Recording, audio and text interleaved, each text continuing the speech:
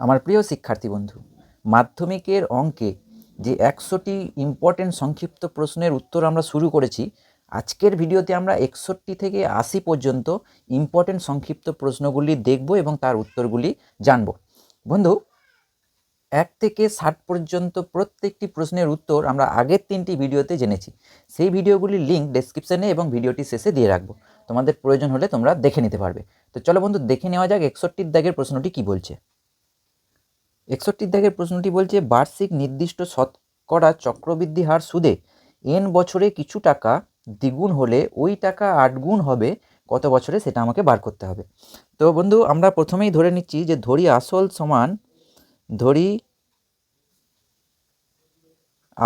সমান হচ্ছে পি টাকা। তাহলে আমরা লিখতে পারি সমূল চক্রবৃদ্ধি যেটা হয় আর কি, যে সমূল চক্রবৃদ্ধি হবে p into 1 plus r/100 whole to the power n। এটা হবে সমূল চক্রবৃদ্ধি। এই যে বছরটা এখানে n বলে দিয়েছে, আর সুদের হারটা কত ধরে নিয়েছি বন্ধু, এখানে r%। তাহলে শর্তানুসারে এইটা মানে সমূল চক্রবৃদ্ধি দ্বিগুণ হবে বলতে কত হয়ে যাবে, যদি আসলটা p হয় দ্বিগুণ মানে 2p হয়ে যাবে। তাহলে আমরা লিখতে পারবো যে শর্তানুসারে p into 1 plus r/100 whole to the power n, এটা সমান হবে 2p। কত হবে? 2p। বেশ বন্ধু, দুদিক থেকে পিপি কেটে যাবে। তাহলে এখান থেকে আমরা পাবো 1 plus r/100 whole to the power n আছে। এই nটা আমি যদি ডান সাইডে নিয়ে যেতে চাই তাহলে হয়ে যাবে টু দি পাওয়ার 1/n। অর্থাৎ স্কোয়ার থাকলে যেমন রুট করতে হয় না, হোল টু দি পাওয়ার 1/2 দিয়ে ভাগ করতে হয়, ঠিক তেমনি whole to the power 1/n দিয়ে আমি দুদিকে গুণ করি পাওয়ারে, whole to the power 1/n দিয়েই আমি দুদিকে গুণ করেছি পাওয়ারে। তাহলে এখানে n কেটে গেছে। মানে বিষয়টা এই ধরনের বন্ধু। এখানে যদি আমি বিষয়টাকে দেখাই যে 1 plus r/100 whole to the power n আছে, তো পাওয়ারে 1/n আমি গুণ করছি, তাহলে এদিকেও হবে টু দি পাওয়ার 1/n এই বিষয়টা। তো এখানে আমি দেখতে পাচ্ছি যেহেতু n আর 1/n কেটে যাবে, তাহলে 1 প্লাস r/100 হোল টু দি মানে এখানে কিছু নেই, হোল টু দি পাওয়ার 1 সমান 2 টু দি পাওয়ার 1/2। এটাকে আমি 1 নাম্বারিং করলাম। এবার আমাকে বলেছে যে কত বছরে সেটা 8 গুণ হবে। তাহলে আমি ধরি 8 বছরে, x বছরে 8 গুণ হবে। কত বছরে বন্ধু? আমি ধরে নিলাম যে x বছরে 8 গুণ হবে। তাহলে সেক্ষেত্রে আমরা লিখতে পারি যে 8 গুণ হবে, তাহলে আসল মানে p into 1 plus r/100 whole to the power x, কারণ x বছরে আমি ধরে নিয়েছি কগুণ হবে, 8 গুণ হবে। তাহলে আসলকে 8 দিয়ে গুণ করলে যেটা পাবো, এখানেও কি পাবো বন্ধু, পি কেটে যাবে। আচ্ছা, তাহলে এখান থেকে আমরা লিখতে পারবো 1 প্লাস r/100, এখানেও তাই, পাওয়ারে 1/x দিয়ে গুণ করে দিচ্ছি। তাহলে এখানে 1 প্লাস r/100 সমান পাবো 8 টু দি পাওয়ার 1/x। আচ্ছা, এইখানে 1 প্লাস r/100 এটার মান আমরা জেনে আছি কত, 2 টু দি পাওয়ার 1/n। তাহলে আমরা লিখতে পারি বন্ধু, 2 টু দি পাওয়ার 1/n সমান হচ্ছে এই 8 মানে হচ্ছে 2 কিউব, তাহলে 2 cube whole to the power 1/x। বেশ, তাহলে এটাকে আমরা লিখতে পাচ্ছি পরের লাইনে 2 টু দি পাওয়ার 1/n সমান হচ্ছে 2 টু দি পাওয়ার 3/x। তাহলে দুই সরে যাবে দুদিক থেকে, তাহলে 1/n সমান হচ্ছে 3/x। তাহলে এখান থেকে আমরা লিখতে পাচ্ছি বন্ধু পরের লাইনে যে বা কোনাকুনি যদি আমি গুণ করি তাহলে x সমান পাবো 3n। তার মানে আমি ধরেছিলাম x বছরে 8 গুণ হবে, x এর মানটা পেলাম 3n, তাহলে 3n বছরে কি হবে, 8 গুণ হবে। তাহলে এখানে অ্যান্সার আমরা যেটা পেলাম অপশন থেকে যদি আমরা খেয়াল করি তাহলে বি এরটা হবে, অপশন বি, 3n বছরে কগুণ হবে, 8 গুণ হবে। এটা হলো 61 দাগের প্রশ্নটা। এই প্রশ্নটা কিন্তু সচরাচর 2 নাম্বার অর্থাৎ 4-এর দাগে থাকে, 2 নাম্বার করে যে প্রশ্নগুলো সেখানে থাকে। যদিও এখানে দিয়ে দিয়েছে মাল্টিপল চয়েসে, তোমরা এটা মনে রাখবে 8 গুণ হবে 3n বছরে। ঠিক আছে, বেশ বন্ধু, এবার আমরা দেখব 62 দাগের প্রশ্নটি। 62 নাম্বার প্রশ্নটি বলছে, যদি x সমান √2 + 1/√2 - 1 হয় তবে x² - x - 1 এর মান হবে, চারটে অপশানের মধ্যে কোনটা হবে। তাহলে প্রথমে আমরা কি করব, এক্সটাকে একটু সিম্পলিফাই করে নেব। কি দেওয়া আছে, √2 প্লাস 1 বাই √2 মাইনাস 1। আমি কি করছি বন্ধু, ওপর নিচে এই নিচে যেটা আছে তার কনজুগেট দিয়ে ওপর নিচে গুণ করে নেব। তাহলে সেটা আমরা পাবো √2 প্লাস 1 আর নিচে আছে √2 মাইনাস 1। তাহলে √2 প্লাস 1 দিয়ে আমরা কি করছি, ওপর নিচে গুণ করে নিচ্ছি। √2 প্লাস 1 দিয়ে আমরা ওপর নিচে গুণ করে নিচ্ছি। তাহলে আমরা দেখতে পাচ্ছি ওপরটা হলো √2 প্লাস 1 তার হোল স্কোয়ার, কারণ একই সংখ্যা দুবার আছে সেই জন্য হোল স্কোয়ার হয়ে গেল। নিচেটা হলো a minus b into a plus b, অর্থাৎ হচ্ছে √2 স্কোয়ার মাইনাস 1-এর স্কোয়ার, গোটাটার রুট আছে রুট দিয়ে দিলাম। তাহলে এখানে দেখো বন্ধু, উপরের রুটটা সরে যাবে কারণ স্কোয়ার আছে, তাহলে এখানে আমরা পাবো √2 প্লাস 1 আর নিচেতে রুট থাকবে, আর রুটের মধ্যে কত থাকবে, √2 স্কোয়ার মানে 2 মাইনাস 1 স্কোয়ার মানে 1। তার মানে আলটিমেট আমরা যেটা পেলাম √2 প্লাস 1 বাই 1, অর্থাৎ হচ্ছে √2 প্লাস 1। এটা আমরা পেলাম, কার মান, এক্সের মান আমরা এখানে পেয়ে গেলাম। এখন আমাদেরকে এখানে বসাতে হবে। তাহলে এখন আমরা বসাবো মানটা কোন জায়গাতে, x² মাইনাস এক্স মাইনাস 1 এখানে বসাবো। তাহলে এক্সের মানটা হচ্ছে √2 প্লাস 1, তার যেহেতু হোল স্কোয়ার আছে হোল স্কোয়ার দিয়ে দিলাম, মাইনাস √2 প্লাস 1 অর্থাৎ এক্সের মানটা লিখলাম, মাইনাস 1 আছে 1 লিখে দিলাম। আচ্ছা, √2 প্লাস 1 তার হোল স্কোয়ার অর্থাৎ a প্লাস বি তার হোল স্কোয়ার মানে হচ্ছে a² plus 2ab plus b² minus √2 plus A minus 1 minus 1।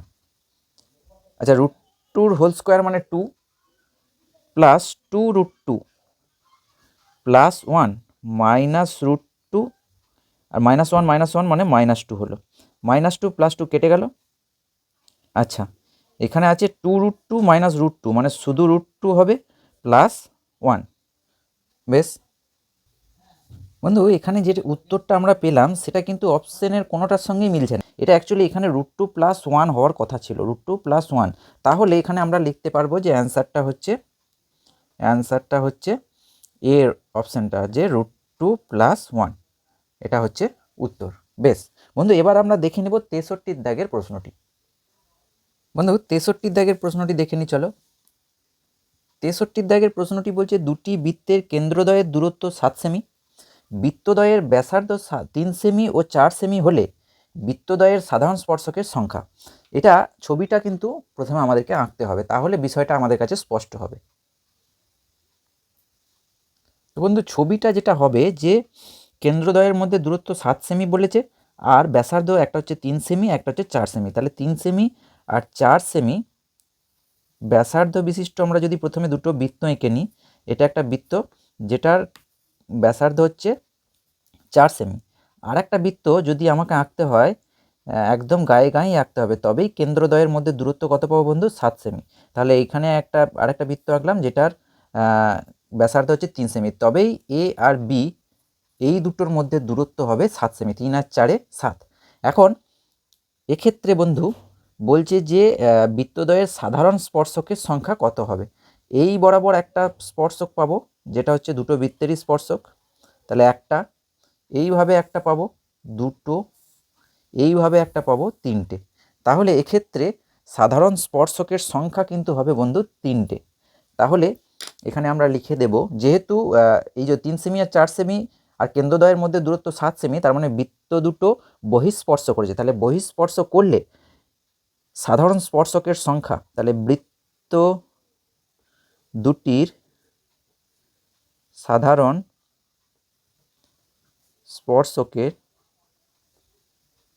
স্পর্শকের সংখ্যা সমান হচ্ছে 3টি। তাহলে এখানে অ্যান্সারটা হবে বন্ধু সি এর অপশানটা, 3টে। এটা হলো 63 দাগের প্রশ্নটি। বন্ধু, 64 দাগের প্রশ্নটি বলছে, ax² plus bx plus c সমান 0 সমীকরণের বীজদ্বয় পরস্পরের অনন্যক হলে বীজদ্বয়ের গুণফলের মান হবে কোনটা, a = b, a = c, b = c, কোনোটাই নয়। তো বন্ধু, প্রথমেই আমরা ধরে নিচ্ছি বীজদ্বয়। এখানে যেহেতু বীজদ্বয় পরস্পরের অনন্যক, তাহলে আমাদেরকে ধরে নিতে হবে, ধরি সমীকরণটির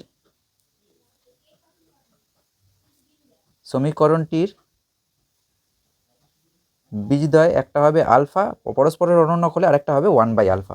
তাহলে এখানে বীজদ্বয়ের গুণফল যেটা হবে আলফা ইন্টু 1/α, সেটা হয় c/a।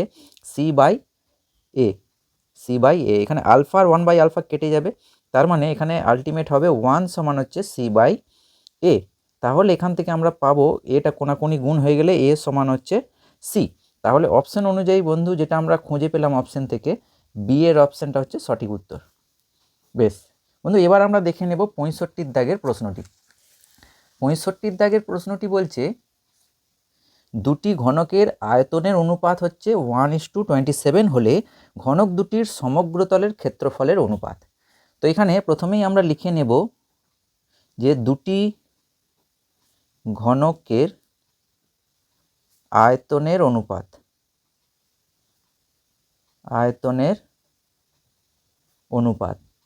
সেটা দেওয়া আছে কত বন্ধু, 1:27। বন্ধু এই 1:27টাকে আমরা লিখতে পারি 1 কিউব ইস টু 27 মানে হচ্ছে 3 কিউব। তাহলে এখান থেকে আমরা লিখতে পারি যে দুটি ঘনকের বাহুর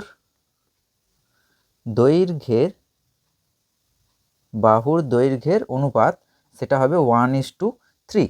এখন এইটা প্রথম ঘনকটার বাহুর দৈর্ঘ্য হচ্ছে 1 হলে দ্বিতীয় ঘনকটির বাহুর দৈর্ঘ্য হবে 3 একক। এইভাবে তাহলে দুটি ঘনকের সমগ্রতলের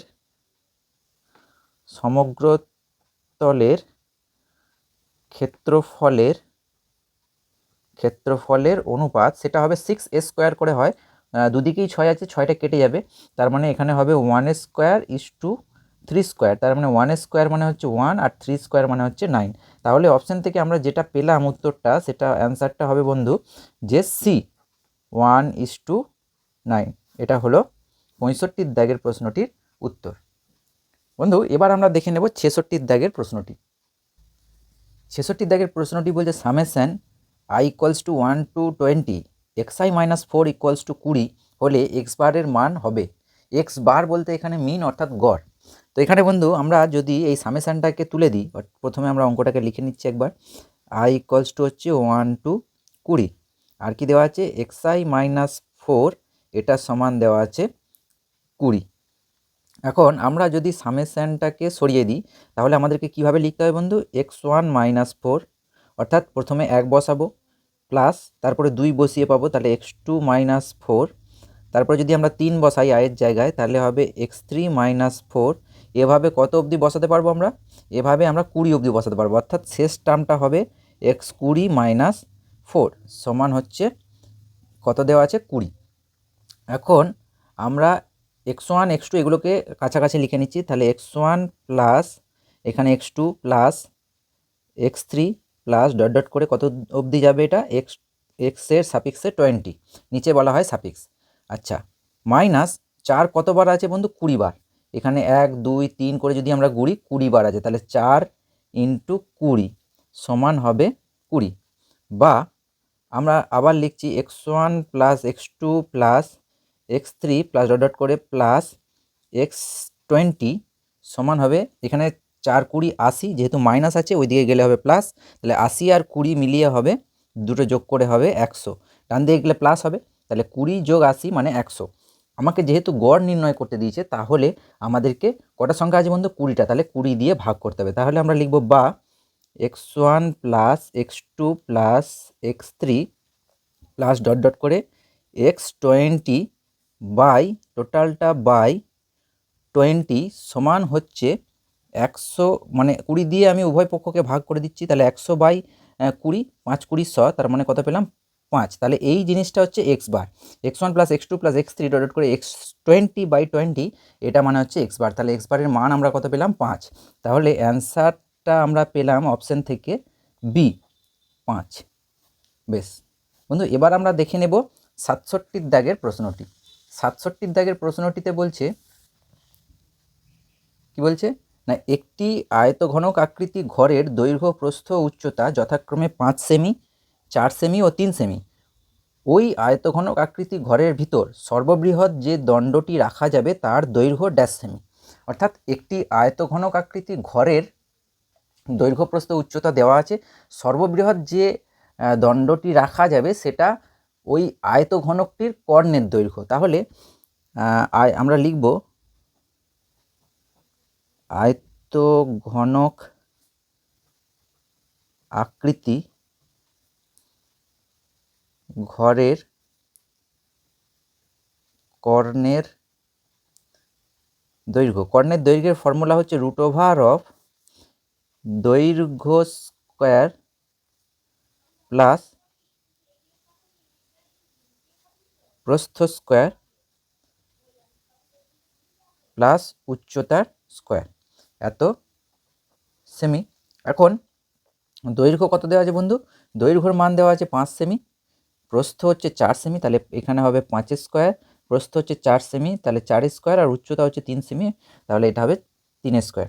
এখন 5 স্কোয়ার মানে হচ্ছে 5 5 25 যোগ 4 স্কোয়ার মানে হচ্ছে 4 4 16, আর 3 স্কোয়ার মানে 3 3 9, 9 16 আর 9 25, 25 25 50, তাহলে হচ্ছে √অফ 50 সেমি। তাহলে 50টাকে আমরা লিখতে পারি 50 সমান হচ্ছে 5 ইন্টু 5 ইন্টু 2, তাহলে দুটো 5-এর জন্য, তাহলে √অফ 50 মানে √অফ এইটা, তাহলে দুটো 5-এর জন্য একটা 5 বেরিয়ে যাবে, তাহলে হবে 5√2, তাহলে 5√2 সেমি। তাহলে 5√2 সেমি দৈর্ঘ্যের সর্ববৃহৎ দণ্ড রাখা যাবে। তাহলে দণ্ড যেটা রাখা যাচ্ছে অবশ্যই করে সেটা আয়তঘনক আকৃতি যে ঘর তার কর্ণ। বেশ, আচ্ছা এবার আমরা দেখে নিই 68 দাগের প্রশ্নটি। 68 দাগের প্রশ্নটিতে বলছে A:2 সমান B:5 সমান হচ্ছে C:8 হলে A এর 50% সমান B এর 20% সমান C এর %। তাহলে পার্সেন্টেজে যখন আমাকে বার করতে হবে, আচ্ছা প্রথমে আমাদেরকে যেটা দেওয়া আছে সেটা লিখে নিচ্ছি। তাহলে A:2 সমান হচ্ছে B:5 সমান হচ্ছে C:8। তাহলে এখান থেকে আমরা লিখতে পারি A/2 সমান হচ্ছে B/5 সমান হচ্ছে C/8। আমাদেরকে পার্সেন্টেজে নিয়ে যেতে গেলে 100 দিয়ে গুণ করে দিতে হবে। তাহলে এখান থেকে আমরা লিখব A/2 ইন্টু 100% সমান B/5 ইন্টু 100% সমান C/8, এটা C, তাহলে C/8 ইন্টু 100%। আচ্ছা যদি কাটাকাটি করি 50 দুগুণে 100, তার মানে এখানটা হয়ে গেল 50%, 5 20 100 মানে 20%, আর এটা কাটাকাটি করলে অর্থাৎ ভাগ করলে প্রথমত 4 দিয়ে যদি কাটি এখানে 2 হবে, এখানে হবে 25, তাহলে 25কে 2 দিয়ে ভাগ করলে হচ্ছে 12.5।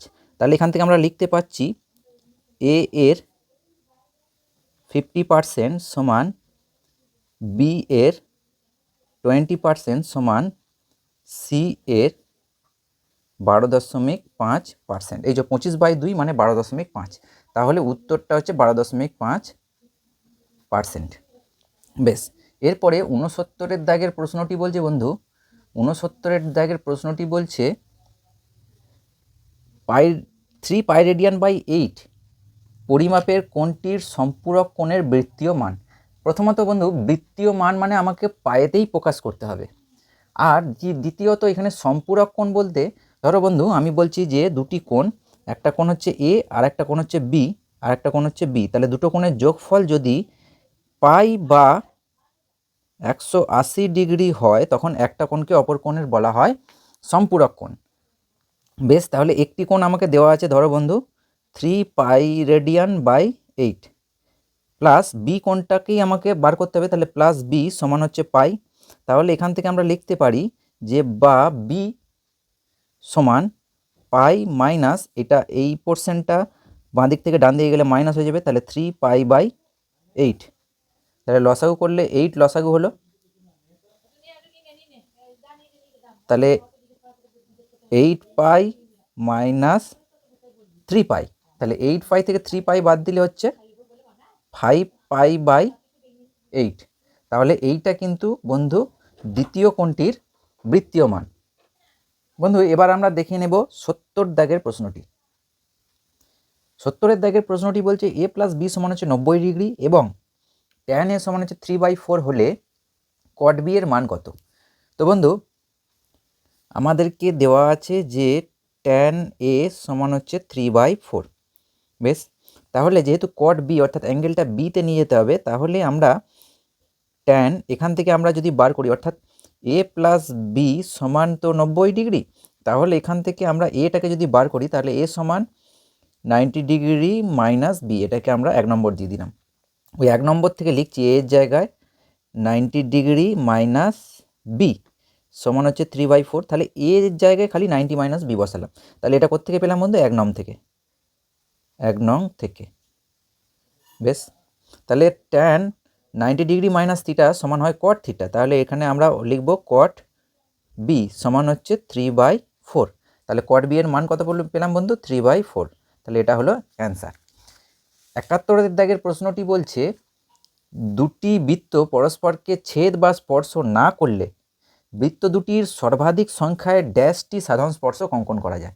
বন্ধু এর আগেরটাতেই আমরা দেখলাম যে যদি স্পর্শ করে তাহলে স্পর্শকের সংখ্যা 3টে হয়। এক্ষেত্রে বলছে স্পর্শ যদি না করে, তাহলে দুটো বৃত্ত আমরা যদি ছবিটা আঁকি, এইটা একটা বৃত্ত আর আমি ধরে নিলাম এইটা আর একটা বৃত্ত। দুটো বৃত্ত পরস্পরকে স্পর্শ কিন্তু করেনি। তাহলে যদি স্পর্শ না করে, এ দুটো হচ্ছে ব্যাসার্ধ, তাহলে পরস্পরকে যদি স্পর্শ না করে তাহলে সাধারণ স্পর্শকের সংখ্যা কটা হবে? এখান দিয়ে একটা হবে, একটা এখানে টাচ করবে, ঠিক এরকম একটা হবে দুটো, আচ্ছা এইভাবে বন্ধু একটা যাবে 3টে, আর এইভাবে একটা যাবে 4টে। তাহলে দুটি বৃত্ত পরস্পরকে ছেদ বা স্পর্শ না করলে সাধারণ স্পর্শকের সংখ্যা কটা হবে বন্ধু? 4টি। তাহলে অ্যান্সারটা হবে এক্ষেত্রে 4টি। বেশ, 72 দাগের প্রশ্নটি বলছে সূর্যের উন্নতি কোণ ড্যাশ হলে একটি পোস্টের দৈর্ঘ্য ও তার ছায়ার দৈর্ঘ্য সমান হবে। এক্ষেত্রে আমরা যদি একটি ছবি আঁকার চেষ্টা করি, তাহলে আমি ধরলাম এইটা হচ্ছে পোস্টের দৈর্ঘ্য আর এই দিকে ছায়াটা পড়বে, তাহলে এটা হচ্ছে ছায়ার দৈর্ঘ্য। তাহলে এই দুটি মানে আমি ধরে নিলাম যে একটা সমকোণী ত্রিভুজের এটা হচ্ছে লম্ব, এটা হচ্ছে ভূমি। এবার অতিভুজটাও আমরা টেনে নিলাম, তাহলে এ বিটা হচ্ছে পোস্টের দৈর্ঘ্য, বিসিটা হচ্ছে ছায়ার দৈর্ঘ্য। এখন এই কোণটা কত হলে এরা দুজন সমান হবে, অর্থাৎ পোস্টের দৈর্ঘ্য এবং ছায়ার দৈর্ঘ্য সমান হবে? দেখো বন্ধু, এটা হচ্ছে লম্ব, এটা হচ্ছে ভূমি, তাহলে লম্ব আর ভূমি কখন সমান হয় না, এইটা যদি 45 ডিগ্রি হয় তখন আমরা লিখতে পারি যে, তখন আমরা ধরো এখানে যদি আমরা লিখি যে ট্যান 45 ডিগ্রি সমান হচ্ছে লম্ব বাই ভূমি, অর্থাৎ হচ্ছে এবি বাই বিসি। তাহলে ট্যান 45 ডিগ্রির মান হচ্ছে 1, তাহলে 1 সমান হচ্ছে এবি বাই বিসি। তার মানে এখান থেকে আমরা লিখতে পাচ্ছি কোনাকুনি যদি গুণ করি তাহলে বিসি সমান হচ্ছে এবি। তাহলে এই দুটো সমান হয়, অর্থাৎ পোস্টের দৈর্ঘ্য এবং ছায়ার দৈর্ঘ্য সমান হবে তখনই যদি এই কোণটা অর্থাৎ অতিভুজের সঙ্গে ভূমির কোণটা 45 ডিগ্রি হয়। তাহলে এখানে বন্ধু অ্যান্সারটা কত হবে না 45 ডিগ্রি। বেশ, আচ্ছা এবার আমরা দেখে নেব বন্ধু 73 দাগের প্রশ্নটি। 73 দাগের প্রশ্নটি বলছে 10, 12, 14, 18, 15, 22, 20, 24, 100, 200 সংখ্যাগুলির মধ্যমা। মধ্যমা বার করতে গেলে প্রথমত আমাকে এই যে সংখ্যাগুলি দেওয়া আছে এগুলিকে মানের ঊর্ধ্বক্রমে সাজিয়ে নিতে হবে, অর্থাৎ ছোট থেকে বড় আকারে। তাহলে আমরা লিখব প্রদত্ত সংখ্যাগুলিকে মানের ঊর্ধ্বক্রমে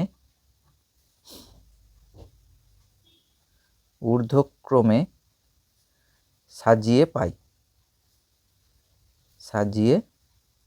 মানের ঊর্ধ্বক্রমে বলতে বন্ধু ছোট থেকে বড় আকারে। তাহলে সব থেকে ছোট হচ্ছে 10, তারপরে হচ্ছে 12, তারপর 14, তারপরে আছে, আমরা যদি এখানে লিখতে লিখতে কেটে দিই না তাহলে ভালো হবে, 10, 12, 14, তারপরে আছে 15, আচ্ছা তারপরে আমরা লিখে নিচ্ছি 15, তারপরে লিখছি 18, 18-এর পর 20, 20-এর পর 22, 22-এর পর 24, 24-এর পর হচ্ছে 100, আর 100-এর পর হচ্ছে 200। অর্থাৎ প্রথমে আমরা ছোট থেকে বড় আকারে সাজিয়ে নিলাম। এরপর আমাদের দেখতে হবে কটা সংখ্যা আছে, 1, 2, 3, 4, 5, 6, 7, 8, 9, 10। 10 মানে হচ্ছে এখানে এন বলি ওটাকে, এনটা হচ্ছে 10, অর্থাৎ হচ্ছে যুগ্মটাকে ইংরেজিতে বলা হয় ইভেন। ইভেন থাকলে মধ্যমা হচ্ছে দুটো, একটা হচ্ছে n/2 আর একটা হচ্ছে n/2 + 1 তম পদ হচ্ছে মধ্যমা। তাহলে এই এনটা হচ্ছে 10, তাহলে 10-এর অর্ধেক হচ্ছে 5, 5 আর পরের সংখ্যা অর্থাৎ 5 আর 6 তম পদটা হচ্ছে মধ্যমা। তাহলে 1, 2, 3, 4, 5, তাহলে আরেকবার গুনি 1, 2, 3, 4, 5 এইটা, আর 6 হচ্ছে এইটা। 18 আর 20 এই দুটো হচ্ছে মধ্যমা। এই দুটিকে যদি আমরা গড় করে নিই তাহলেই মধ্যমা পেয়ে যাবো। অর্থাৎ নির্ণেয় মধ্যমা সমান হচ্ছে 18 যোগ 20 বাই 2। তাহলে 18 আর 20 যোগ করলে হচ্ছে 38 বাই 2 মানে হচ্ছে 19। তাহলে অ্যান্সারটা কত হলো বন্ধু? 19। বেশ, এবার আমরা দেখে নেব 74-এর দাগের প্রশ্নটি।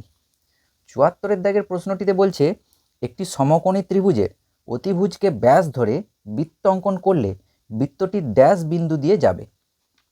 এটার ক্ষেত্রেও যদি আমরা ছবিটা এঁকে নিই তাহলে তোমাদের বুঝতে সুবিধা হবে। তাহলে আমাকে বলেছে যে সমকোণী ত্রিভুজের অতিভুজটাকে ব্যাস ধরে, তাহলে এই ব্যাস ধরে নিলাম, দিয়ে এবার একটা বৃত্ত আমরা এঁকে নিচ্ছি। তাহলে এইটা হচ্ছে অতিভুজ, তাহলে ত্রিভুজটার অতিভুজটা হচ্ছে ব্যাস, ব্যাস মানে কেন্দ্র দিয়ে গেছে। তাহলে আমরা এটাকে যদি আমরা লিখি এ বি, তাহলে এইভাবে থাকবে লম্ব আর ভূমিটা। তার মানে এইটা অতিভুজ হলে এই দুটির মধ্যে একটা লম্ব একটা ভূমি হবে। এখানে পয়েন্টটা দিয়ে দিলাম সি। বেশ, তাহলে বন্ধু আমরা দেখতে পাচ্ছি এই যে বিন্দুটা দিয়ে গেছে সেটা হচ্ছে সি বিন্দু। এই সি বিন্দুটা হচ্ছে সমকোণী, মানে সমকোণী ত্রিভুজটার এই কোণটা হচ্ছে সমকোণ। তাহলে সমকোণ যে বিন্দুতে আছে সেটাকে বলা হয় সমকৌণিক বিন্দু। তাহলে কোন বিন্দু দিয়ে গেছে বন্ধু? সমকৌণিক বিন্দু দিয়ে গেছে। বৃত্তটি ড্যাশ বিন্দু দিয়ে যাবে, তাহলে সমকৌণিক বিন্দু দিয়ে যাবে, এটা হচ্ছে উত্তর। সমকৌণিক বিন্দু বলার কারণ হচ্ছে বন্ধু এইটা হচ্ছে সমকোণ 90 ডিগ্রি, কারণ আমরা জানি অর্ধবৃত্তস্থ কোণ হয় সমকোণ। এই যে এইটা নিচের দিকটা যদি আমরা না দেখি তাহলে এই বৃত্তটা হচ্ছে একটা ওপর দিকটা দেখলে এটা একটা অর্ধবৃত্তস্থ কোণ। এই ওপরের দিকটা হচ্ছে একটা অর্ধবৃত্ত আর এই কোণটা হচ্ছে অর্ধবৃত্তস্থ কোণ, তাহলে অবশ্যই করে এটা হবে 90 ডিগ্রি। সেই জন্য এই সি বিন্দুটাকে বলা হচ্ছে সমকৌণিক বিন্দু। বেশ বন্ধু, 75 দাগের প্রশ্নটি বলছে 0 ডিগ্রি লেস দেন আলফা আর লেস দেন 90 ডিগ্রি, অর্থাৎ আলফা কোণটা হচ্ছে 0 ডিগ্রির থেকে বড় এবং 90 ডিগ্রির থেকে ছোট। তো এক্ষেত্রে বলা আছে যে sec square alpha plus cos square alpha এর সর্বনিম্ন মান হবে 2। এটা সত্য না মিথ্যা সেটা আমাকে বলতে হবে। তো এক্ষেত্রে আমরা যে সূত্রটা ব্যবহার করব, এ স্কোয়ার প্লাস বি স্কোয়ার সমান হচ্ছে এ মাইনাস বি তার হোল স্কোয়ার প্লাস 2ab। সর্বনিম্নর ক্ষেত্রে সবসময় আমরা এই সূত্রটা ব্যবহার করব। তাহলে এক্ষেত্রে আমাদেরকে দেওয়া আছে যে sec square alpha plus cos square alpha, তাহলে এইটা সেক আলফাটা হচ্ছে এ আর কস আলফাটা হচ্ছে বি। তার মানে A square plus B square মানে হচ্ছে sec alpha minus cos alpha তার whole square plus 2 into AB, অর্থাৎ sec alpha into cos alpha.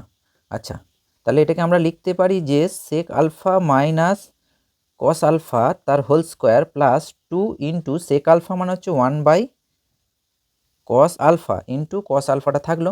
এবার কস আলফা আর 1 বাই কস আলফা কেটে গেল। তার মানে এখান থেকে আমরা যেটা পেলাম যে sec alpha minus cos alpha তার হোল স্কোয়ার প্লাস 2। এই যে sec alpha minus cos alpha তার হোল স্কোয়ার এইটার সর্বনিম্ন মান 0 হতে পারে, তার কম হতে পারে না, কারণ একটা স্কোয়ার টার্ম কখনোই নেগেটিভ হতে পারে না। তাহলে এই গোটা টার্মটা সর্বনিম্ন হবে যখন স্কোয়ার টার্মটা সর্বনিম্ন হবে, তাহলে সর্বনিম্ন মানে 0। তাহলে এই যে sec square alpha plus cos square alpha এই টোটাল ভ্যালুটার সর্বনিম্ন মান কত হবে বন্ধু? 2। তাহলে এই যে বিবৃতিটি এখানে দেওয়া আছে সেটা কিন্তু একদম সত্য। বেশ, তাহলে অ্যান্সারটা এক্ষেত্রে হলো সত্য, অ্যান্সার সত্য। বেশ বন্ধু, এবার আমরা দেখে নেব 76-এর দাগের প্রশ্নটি। 76-এর দাগের প্রশ্নটিতে বলছে 10 12 এক্স 15 8 ওয়াই এর গড় মান 8 হলে এক্স প্লাস ওয়াই সমান 1 হবে। তাহলে গড় সমান, প্রথমে আমরা গড়টা বার করে নিচ্ছি। তাহলে গড় সমান হচ্ছে সবকটার যোগফল, অর্থাৎ 10 যোগ 12 যোগ এক্স যোগ 15 যোগ 8 যোগ ওয়াই বাই কতগুলি সংখ্যা আছে সেটা আমাকে দেখতে হবে, 1 2 3 4 5 6, তাহলে বাই 6। এই গড় মানটা কত দেওয়া আছে বন্ধু? 48। তাহলে আমরা লিখতে পারি যে শর্তানুসারে, আচ্ছা এখানে আমরা যদি যোগটা করে ফেলতে পারি তাহলে 10 আর 12 হচ্ছে 22, 22 আর 8 হচ্ছে 30, 30 আর 15 হচ্ছে 45, তাহলে 45 যোগ এক্স যোগ ওয়াই বাই 6 এটা সমান দেওয়া আছে কত? 8। তাহলে এখান থেকে আমরা লিখতে পারি যে 45 যোগ এক্স যোগ ওয়াই সমান হচ্ছে 6 8 6 48। 45টাকে আমি যদি বাঁ দিক থেকে ডান দিকে নিয়ে যাই তাহলে মাইনাস হয়ে যাবে, তাহলে এক্স প্লাস ওয়াই সমান হচ্ছে 48 মাইনাস 45। তাহলে আমরা লিখতে পারি বা এক্স প্লাস ওয়াই সমান হচ্ছে 3, কিন্তু এখানে আমাকে কত দেওয়া আছে 1, তাহলে এখানে অ্যান্সারটা আমরা কি লিখতে হবে আমাদেরকে, না যেটা দেওয়া আছে সেটা মিথ্যা। বেশ বন্ধু, এবার আমরা দেখে নেব 77-এর দাগের প্রশ্নটি। 77-এর দাগের প্রশ্নটিতে বলছে একটি লম্ববৃত্তাকার চোঙ ও শঙ্কুর উচ্চতা ও আয়তন সমান, তাদের ব্যাসার্ধদ্বয়ের অনুপাত হবে √3:1। এটা সত্য না মিথ্যা আমাদেরকে বলতে হবে। তাহলে প্রথমত আমরা লিখছি যে লম্ববৃত্তাকার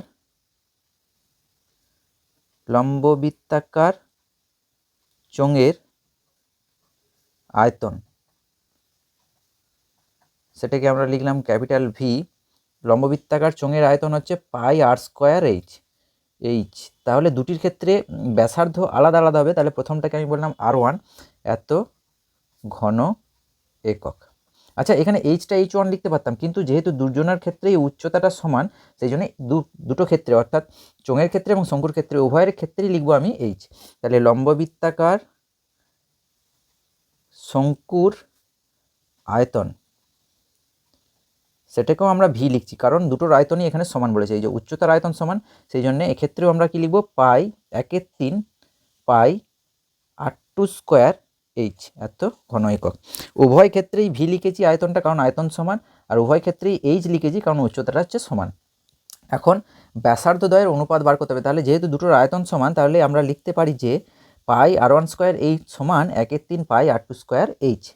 তাহলে আমরা লিখব শর্তানুসারে πr1² সমান হচ্ছে 1/3 πr2²h। তাহলে বন্ধু এখান থেকে আমরা পাই কেটে দিতে পারি আর এইচ কেটে দিতে পারি। তাহলে r1² সমান হচ্ছে r2²/3। এই যে 1/3 আছে সেই জন্য /3। তাহলে এখান থেকে আমরা লিখতে পারি যে r1²/r2² সমান হচ্ছে 1/3। এই r2²টাকে আমি নিচে নামিয়ে নিলাম, তাহলে উপরে 1 থেকে গেল। তাহলে এখান থেকে আমরা লিখব পরের লাইনটাতে যে r1/r2 তার হোল স্কোয়ার, এই যে ওপর নিচে স্কোয়ার আছে মানে হোল স্কোয়ার, সমান হচ্ছে 1/3। তাহলে এখান থেকে আমরা লিখব r1/r2 সমান হচ্ছে 1/√3, কারণ স্কোয়ারটা তুললে রুট হয়ে যাবে, 1-এর √1 আর নিচে √3 হয়ে যাবে। তাহলে অতএব r1:r2 সমান হচ্ছে 1:√3, কিন্তু এক্ষেত্রে দেওয়া আছে √3:1, তার মানে উল্টোটা দেওয়া আছে। তাহলে এখানে অ্যান্সারটা কিন্তু হবে বন্ধু মিথ্যা, অ্যান্সারটা হবে মিথ্যা। বেশ, এটা গেল 77-এর দাগের প্রশ্নটি। এবার আমরা দেখে নেব বন্ধু 78-এর দাগের প্রশ্নটি। 78-এর দাগের প্রশ্নটিতে বলছে x³ এবং xy³ এর একটি মধ্য সমানুপাতি হচ্ছে x²y²। তাহলে মধ্য সমানুপাতি বার করার নিয়মটা হচ্ছে বন্ধু, ধরো বন্ধু আমি তিনটে সংখ্যা বলছি x, y, z। এই তিনটে সংখ্যার মধ্য সমানুপাতি হচ্ছে y সমান হচ্ছে √x × z। তাহলে মধ্য সমানুপাতি বার করার নিয়ম হচ্ছে, এটা হচ্ছে প্রথমটা, এটা হচ্ছে তৃতীয়টা। তাহলে মধ্যটা বার করতে গেলে √, এই দুটোর গুণফল। তাহলে অতএব মধ্য সমানুপাতি সমান হচ্ছে √, এই দুটোর গুণফল, অর্থাৎ হচ্ছে x³ y × xy³। তার মানে দাঁড়াচ্ছে বন্ধু x⁴, এই যে x³ × x মানে x⁴, y × y³ মানে y⁴। দুটোকেই যদি আমরা রুটের বাইরে বার করতে চাই তাহলে 2⁴টা স্কোয়ার হয়ে যাবে, এখানেও তাই y⁴টা স্কোয়ার হয়ে যাবে। তাহলে x² y² হলো মধ্য সমানুপাতি, সেটাই দেওয়া আছে। তাহলে বন্ধু এখানে অ্যান্সারটা আমরা লিখব যে যেটা দেওয়া আছে সেটা সত্য। বেশ, এবার আমরা দেখে নেব বন্ধু 79 প্রশ্নটি। 79 নম্বর প্রশ্নটিতে বলছে cos 0 degree × cos 1 degree × cos 2 degree, এভাবে গুণ হতে হতে cos 90 ডিগ্রি এর মান হচ্ছে 1।